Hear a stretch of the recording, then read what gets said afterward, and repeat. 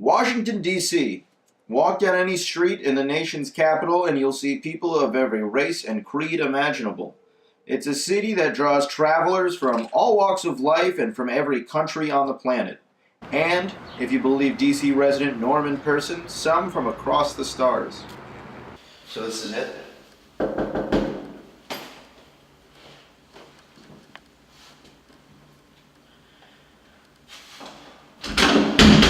Hello? Hi, Norman. That's me. This is Arron Carter-Brokaw. I'm here to do the documentary. We've been emailing. Oh my god, yeah. Yeah. I'm so sorry, I forgot. Yeah, how are you? Hi, Yeah, good. all right. How are you?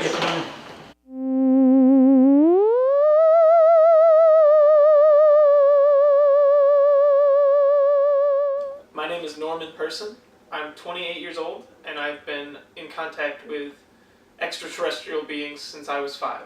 So they started when you were 5, you're 28 now? Hmm? You didn't think you'd outgrow the alien thing yet?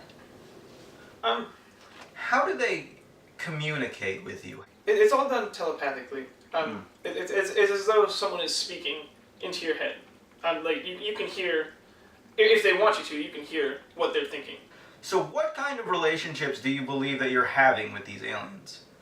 It's very doctor-patient relationship. There's not a lot of fraternizing really. It's very clinical, very procedural stuff. Very cut and dry. Do you think they're going to stop being interested in you later in life after the experiments, or do you think they're going to be entertained by you and your dealings and doings of daily life? I don't really know if there is going to be an after the experiments. I don't have any reason to believe that will not continue to happen. It's been fairly regular since, even arguably since I was 5, since the first time that I was visited by these beings. So I don't know. It seems to me that they're, at least for right now, I believe they're going to continue. Norman lives in a small apartment with his cat Lunesta. He says he enjoys listening to music and reading books he gets from the library. He makes money trading stocks online. My first encounter with Norman was on a Reddit Ask Me Anything thread. He told users that he'd been abducted dozens of times and that extraterrestrial beings had been visiting him for over 20 years. On his personal blog, Norman had written scores of articles detailing the aliens he encountered, the crafts they traveled in, and the experiments they performed.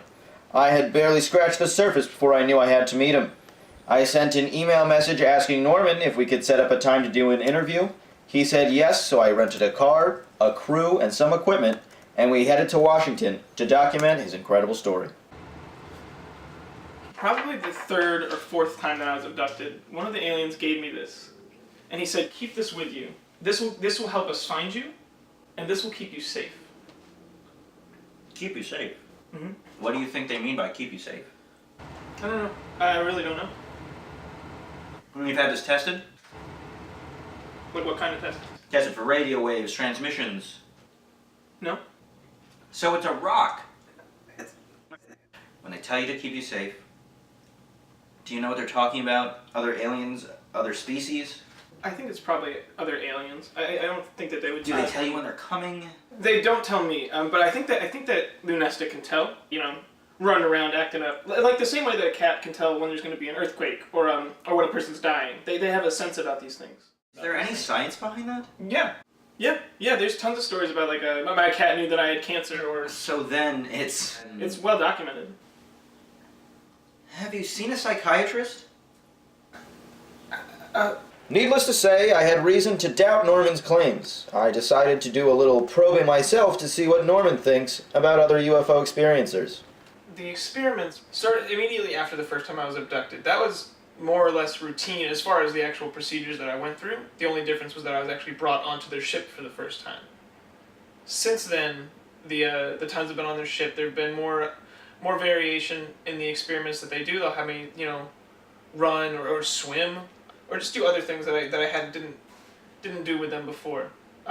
They actually had me do. It felt like a psychological screening. They had footage of some of people. I don't know if these were real people or invented people, doing pretty standard things. A lot of hugging and walking together. Just people being people. There must be technologies that these beings have developed, and they showed them using these things. A lot of stuff I didn't understand.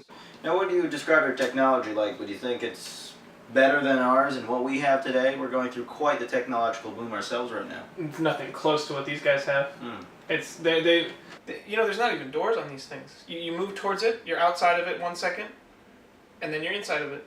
It's like that. You don't even feel anything. I couldn't explain to you how that happens. Now, Norman, do you find yourself taking over alien focus groups, or really any group that has to do with aliens that you're in, being that you usually get more attention and got more coverage than them? The support groups are weird because there's a lot of people in the support groups who are just there for fun, really. Who either think that it's all made up, or think that the people who are telling these stories are, you know, crazy people. They're there for fun. I don't care for that.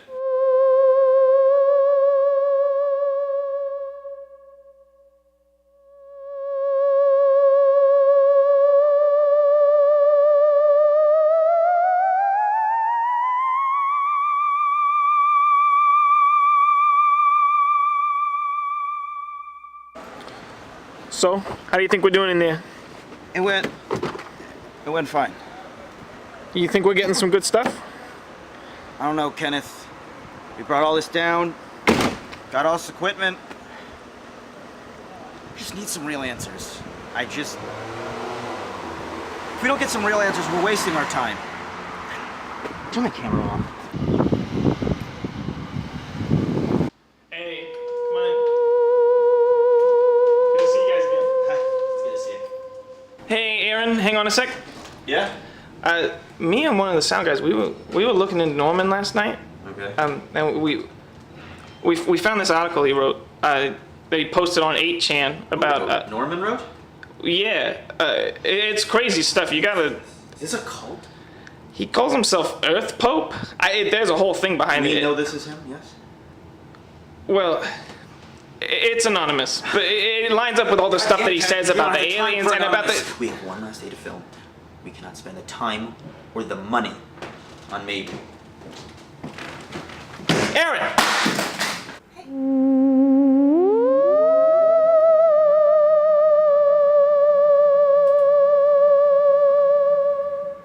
So, Norman, do you believe that in their eyes, you, out of all of us, are a distinguished human being? I think I must be. Right.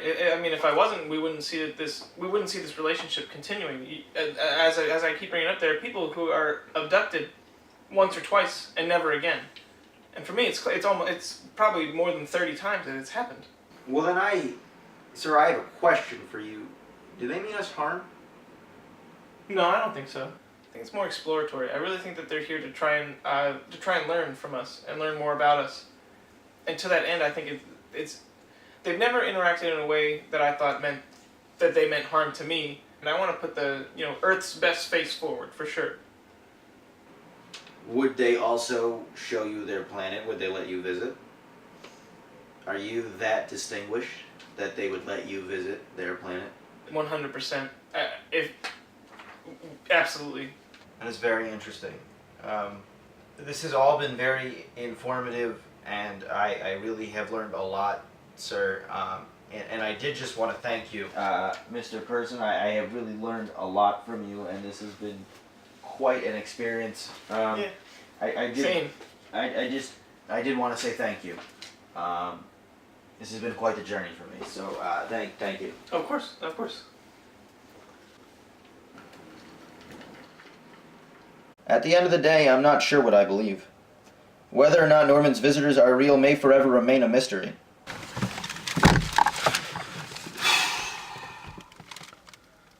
You okay? Just thinking. But is it really so unlikely that there are others out there? Others maybe like us? And if they are out there, what do they really want? I'm not sure, but it's comforting to know that we have someone like Norman, showing them that maybe we're not so bad after all.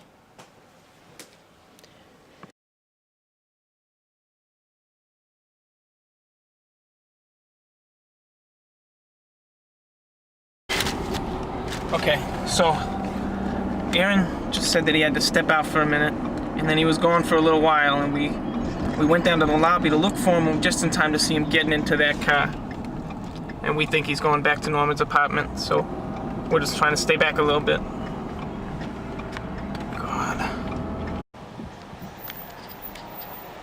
That's him. That's Aaron right there. Okay, so there's Norman and there's Aaron up there. What? Shit. Shit! Shit! Shit! Shit! Come on, Aaron. Pick up. Pick up. Come on. Come on, Aaron.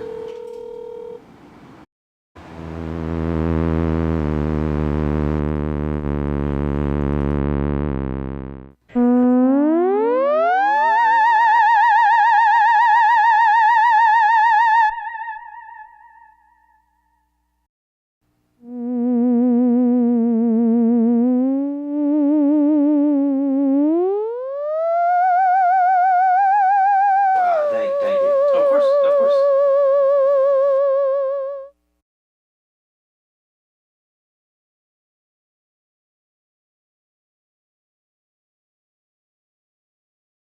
What is Earth Pope? Oh, wow.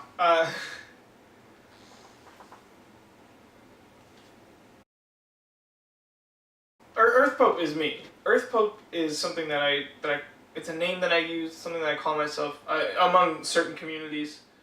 Now, how have you been involved? What makes you the Earth Pope? It's basically a name and a position centered around a set of ideas and rules of conduct for dealing with these beings. What I've done as Earth Pope is I've taken it on myself to show that. With Earth Pope and the stuff that I'm trying to get out there and get into people's minds about how to handle these relationships, that's important. And it's happening today. I mean, these things aren't in the future. This is the next 20 years maybe. You think they can help us? Absolutely. There's no question in my mind. The things that they can bring to us and the things that they can show us and teach us and the things that we can learn, it's night and day different.